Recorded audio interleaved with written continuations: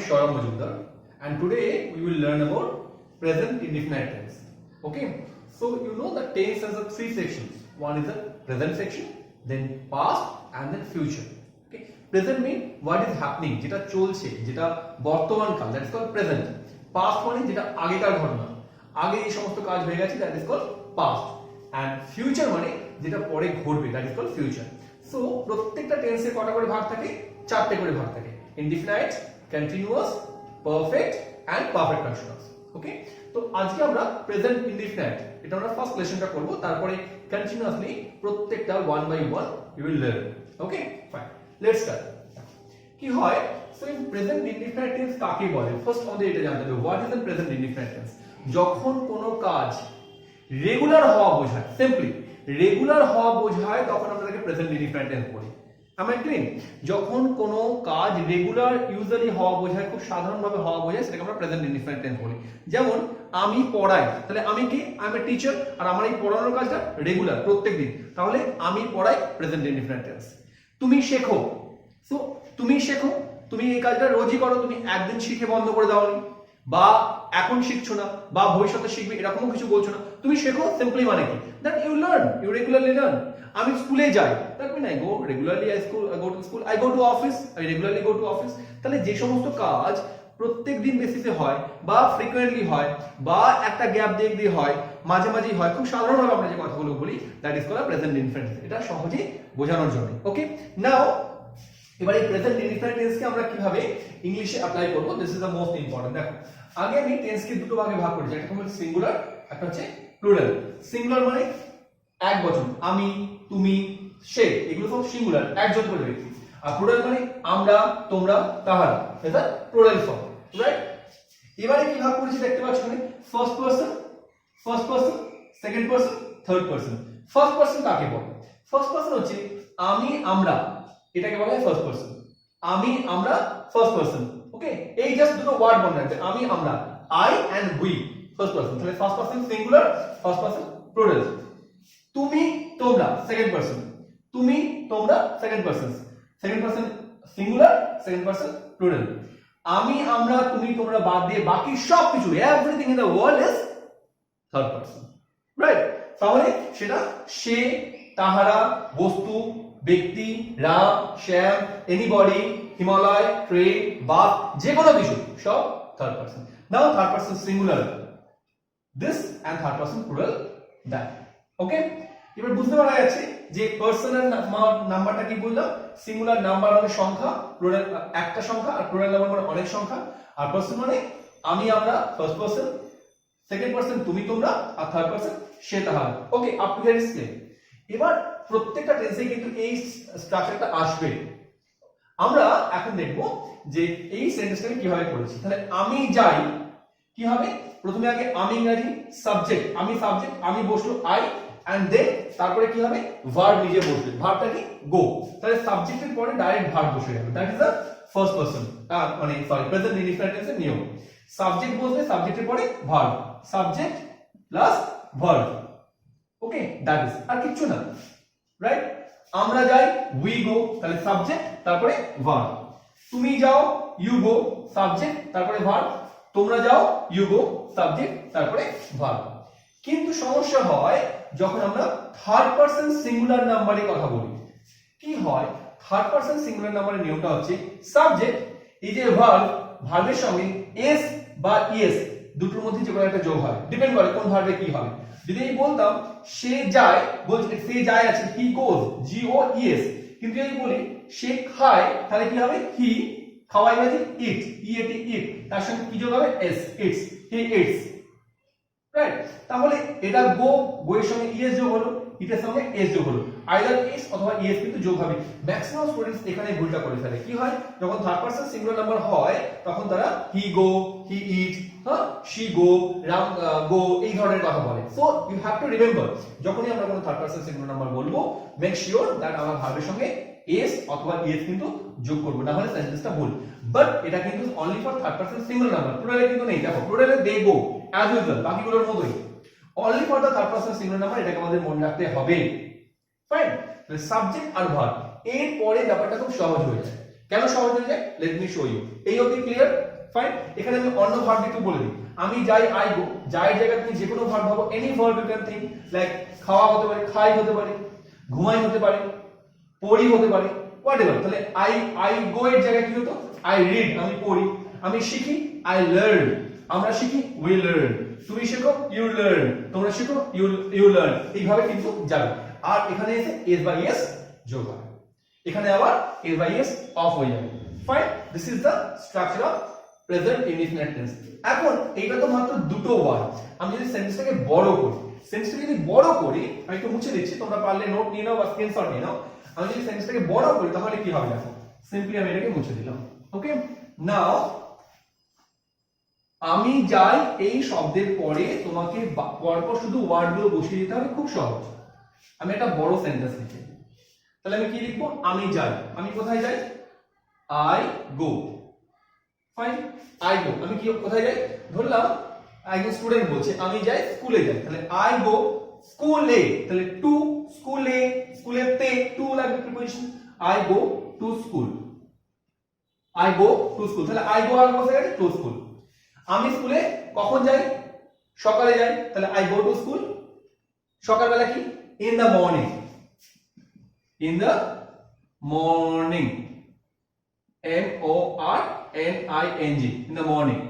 তাহলে I go to school in the morning হয়ে গেল, সকালবেলাতে। কার সাথে যাই, with my father, আমার বাবার সাথে, with my father, আমার বাবার সাথে যাই, with my father। তাহলে I go to school in the morning with my father। দেখো সেন্টেন্স বড় হয়ে যাচ্ছে, I go to school in the morning with my father। কোন অসুবিধা হচ্ছে কি, কবে যাই, রোজ যাই, তাহলে এভরিডে, EVERYDAY। তাহলে একটা সেন্টেন্সটাকে আমরা কিন্তু পরপর বড় করে দিলাম, তাহলে I go to school in the morning with my father every day. কোনো অসুবিধা হলো, নো, ভেরি সিম্পল, জাস্ট আমি পরপর প্রিপোজিশনস আর ওয়ার্ডগুলোকে অ্যাড করে যাব, রাইট। এবার তুমি যদি ভাবো যে আমি এলোমেলো করতে পারি, 100% পারো, you can change. I go to school, এটা তুমি রাখলে, I go to school, fine. তাহলে আই গো টু স্কুলের পরে তুমি বলে দাও I go to school with my father every day in the morning, কোনো সমস্যা নেই, চেঞ্জ করতেই পারো, I go to school with my father every day in the morning। হলো, এই চেঞ্জটা আমরা রাখতে পারি। আবার আমরা এটা বলতে পারি I go to school every day, I go to school every day, fine, with my father in the morning with my father, এটা আমরা করতে পারি, রাইট। তাহলে আমরা যে চেঞ্জগুলো করছি, প্রয়োজনীয় চেঞ্জ কিন্তু আমরা করতে পারি, দেখতে হবে which is sounds good, অন্য কিছু দেব না, শুনতে কোনটা ভালো লাগে, if you feel wow it sounds good, add it, চোখ বুঝে করে দাও, that is going to be correct sentence, don't worry, okay। তাহলে এইটা আমরা প্রেজেন্ট ইনডিফিনিট টেন্সের একটা সেন্টেন্স স্ট্রাকচার শিখলাম। এখন এই সেন্টেন্স স্ট্রাকচারটা আছে কি, হ্যাঁ আমি যাই, মানে হ্যাঁ বলছি, যাওয়ার কথা বলছি।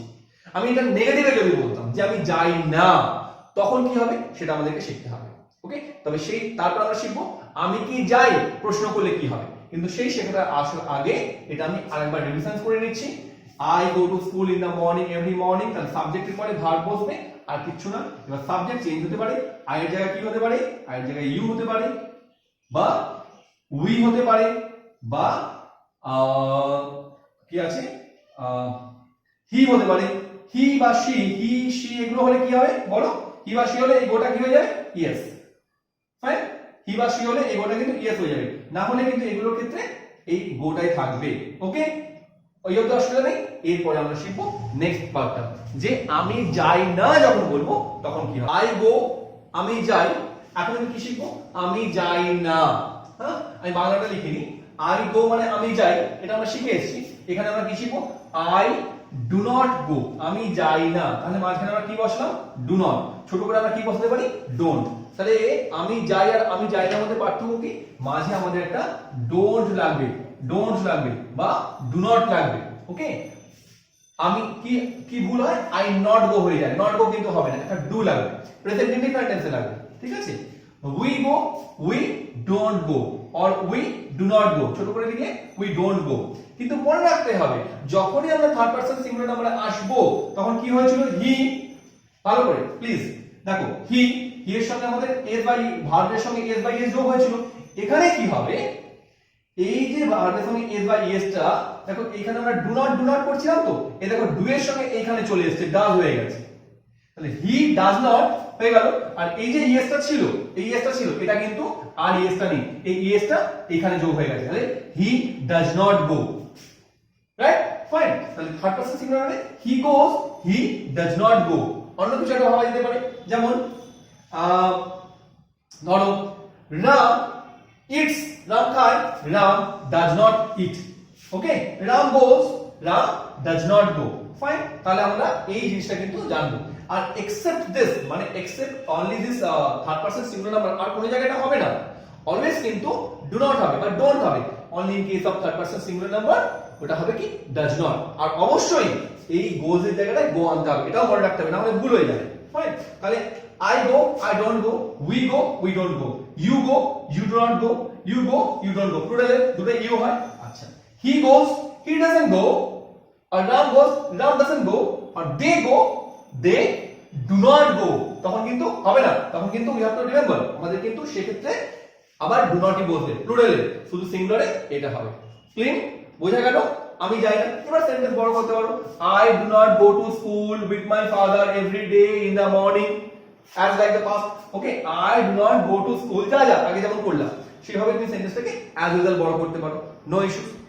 এখন আমরা শিখব যদি এটা আমরা প্রশ্ন করি তাহলে কি হবে। তাহলে কি শিখবো? প্রশ্নটা শিখতে হবে। Okay, let me clean the board first. Fine, alright. Now দেখো এবার কি হবে, আমি যাই হয়েছে, আমি যাই না হয়েছে। আমি কি যাই, তাহলে কি করব, আমরা প্রশ্ন করছি। আমি কি যাই, আমি বাংলায় লিখছি, আমি কি যাই, প্রশ্ন করলাম। বা তুমি কি যাও, তুমি কি স্কুলে যাও, তুমি কি পড়তে যাও, রাইট, তুমি কি খেলতে যাও, হোয়াটএভার।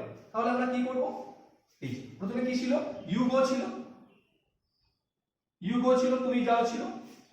তারপর আমরা কি ছিলাম, না করলাম, আমরা কি না করে কিভাবে করলাম, ইউ ডু নট করলাম, ইউ ডু নট গো করেছিলাম। এখানে আমরা কি করব, এই যে ডুটা লিখেছিলাম না, এই ডুটাকে আগে নিয়ে আসবো। Do you go, do I go, বুঝা গেল? ডু ইউ গো আর do I go, that is the way of questioning, প্রশ্ন করা। ফাইন, ডু উই গো, তাহলে আগে দুটা চলে এলো। ফাইন, আবার দেখো আমরা যদি বলি আমরা কি শিখি, ডু উই লার্ন, আমরা কি শিখি, do we learn English grammar, do we learn spoken English, do we learn how to behave properly with a human or people, right, do we learn all this things in school.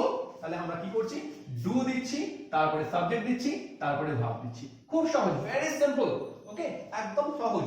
আমরা কি প্রথমে করব, I go, দু নম্বরে I do not go. প্রশ্ন করলে ডুটাকে আগে নিয়ে আসবো, এই আর কিছু না। এখন ভাবছো তো যে থার্ড পারসন সিঙ্গুলার নাম্বারে কি হবে, একই জিনিস, ডাজ আগে আসবে সিম্পলি।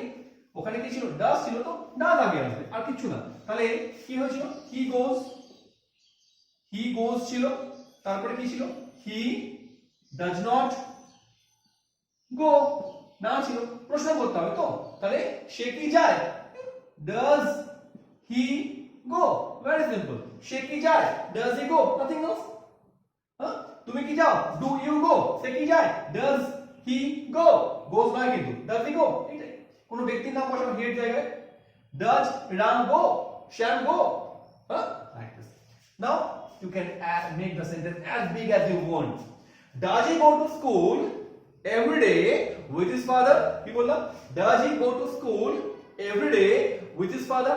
অথবা does he go to school with his father every day? Right? So very simple. Any doubts? No doubts? Alright. এরপরে তোমাদেরকে একটা সুন্দর জিনিস শিখিয়ে দিচ্ছি, একদম 6টা সেন্টেন্স ভালো করে watch it. Okay, look at that. এবার আমরা কি করছি, প্রথমে আমি কি শিখেছিলাম, যাই, তাহলে ইউ গো, তুমি যাও, তুমি যাও না। 2 নম্বরে কি শিখেছিলাম, ইউ ডোন্ট গো, তুমি যাও না। 3 নম্বরে কি শিখলাম, ডু ইউ গো, তুমি কি যাও, এগুলো কোশ্চেন মার্ক হবে, ডু ইউ গো, তুমি কি যাও। তারপর আমরা কি বলবো, তুমি কি যাও না, তুমি কি যাও না, তাহলে কি করব, ডোন্ট ইউ গো। দেখো, ডু ইউ গো, তুমি কি যাও, এখানে কি ছিল, ইউ ডোন্ট গো, আমি এই পুরো ডোন্টটাকে আগে নিয়ে আসছি। ডোন্ট ইউ গো, তুমি কি যাও না, এটা না যোগ করলাম, ডোন্ট ইউ গো, তুমি কি যাও না, আমরা বলি না তুমি কি খাও না, তুমি কি যাও না, তুমি কি ভাবো না, রাইট, এখানে অ্যাড গো, রাইট। এরপরে আই না, এটা ইউ করে দিই আমি, ডোন্ট ইউ গো। আচ্ছা, এরপরে প্রশ্ন করছি, তুমি কেন যাও, হোয়াই ডু ইউ গো, তোমাকে প্রশ্ন করতে হবে তুমি কেন যাও, why do you go, তুমি কেন যাও না, why don't you go।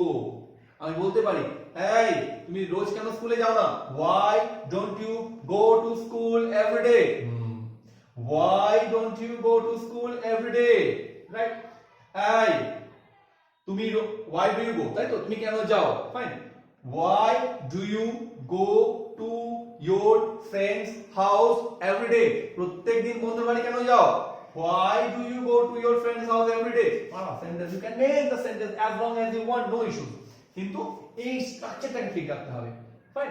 এখানে ডোন্ট ইউ গো, তুমি কি যাও না, তুমি কি জানো না, don't you know how to speak English, don't you go, right.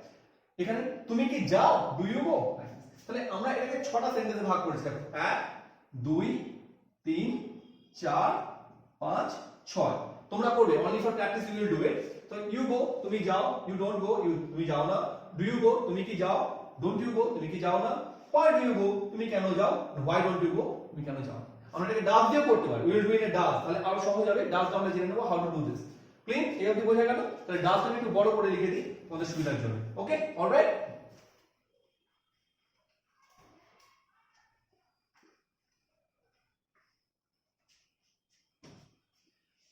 যখন আমরা থার্ড পারসন সিঙ্গুলার নাম্বার দিয়ে করব তখন কি করে করব, তাহলে এখানে দেখো আমরা কি করেছিলাম, ইউ গো, এখানে করব হি গোজ, আমি সেন্টেন্সটা বড় করছি, ধরো he goes to school, he goes to school, right. এরপর আমি কি বলবো, হি 2 নম্বরে he does not, he does not go to school, he does not go to school, আমার সঙ্গে সঙ্গে বলো, repeat with me, he does not go to school.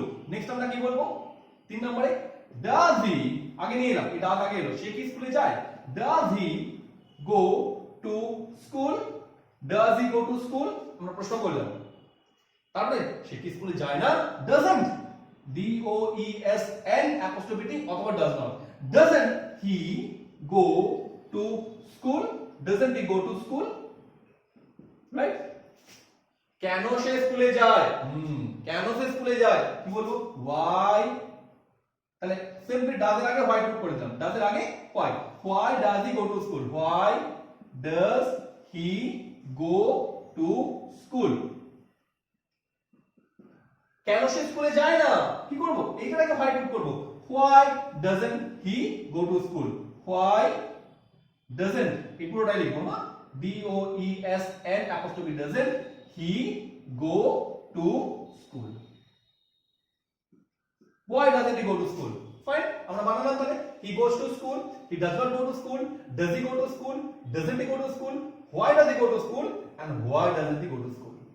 ধরো রাম লাভস সীতা, রাম সীতাকে ভালোবাসে, তাহলে আমরা কি প্রশ্ন করব, বলবো এখানে রাম লাভস, এস যোগ হবে কারণ রাম থাকতেছে singular number, loves Sita, Ram does not love, L O V E, S যোগ হবে না, Sita, does Ram love Sita, doesn't Ram love Sita, why does Ram love Sita, why doesn't Ram love Sita, এটা তোমরা নিজেরা লিখবে, okay, you do in your copybook or you also can write in the comment box wherever you want, okay, send me, I will see how you improve it.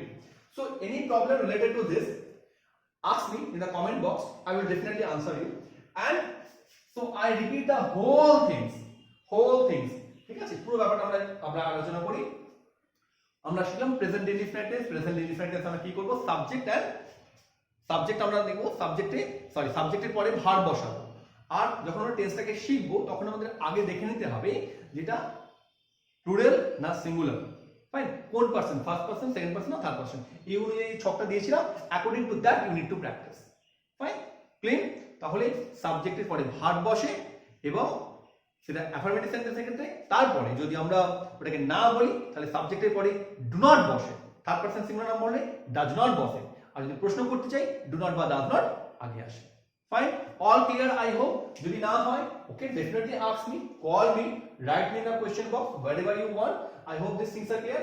Next I am going to teach you about the present continuous tense. All right, thank you.